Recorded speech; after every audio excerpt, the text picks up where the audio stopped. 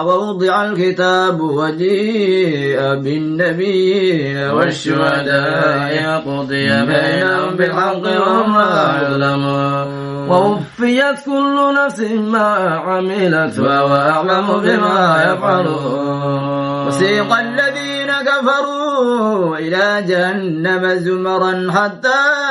إذا جاءوها فتحت أبوابها وقال لهم خزنتها ألم يأتكم رسل منكم يتلون عليكم آيات ربكم وينذرونكم لقاء يومكم هذا قالوا بلى ولكن حقت كلمة العذاب على الكافرين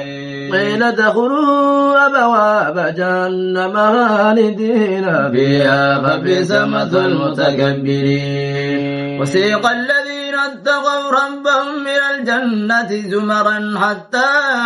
إذا جاءوها وفتحت أبوابها وقال لهم خزنتها سلام عليكم طبتم فادخلوها خالدين وقالوا الحمد لله الذي صدقنا وعده وأورثنا الأرض نتبوأ من الجنة حيث نشاء فنعم أجر العاملين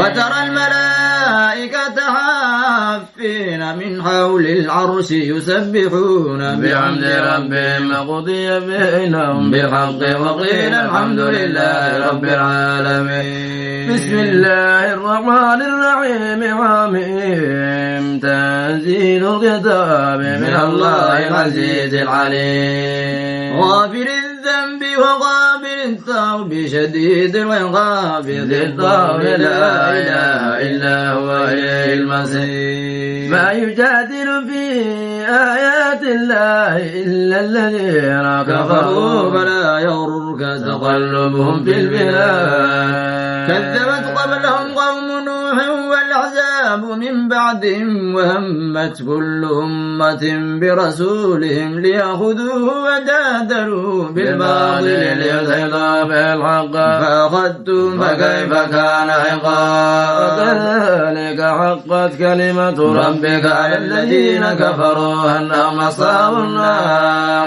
الذين يحملون العرش ومن حوله يسبحون بحمد ربهم ويؤمنون به ويستغفرون للذين آمنوا ربنا وسعت كل شيء رحمة وعلما فاغفر للذين تابوا واتبعوا سبيلك وقهم عذاب الجحيم